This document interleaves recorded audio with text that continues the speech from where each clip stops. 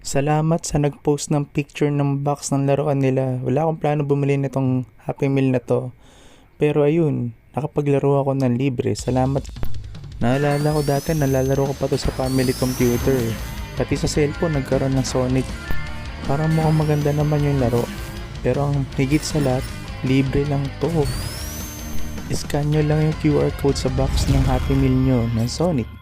4 characters to choose from: Sonic, Tails, Knuckles, at si Shadow. Hanggang ngayon, di ko pa rin napapanood yung Sonic 1 and 2. Maganda ba?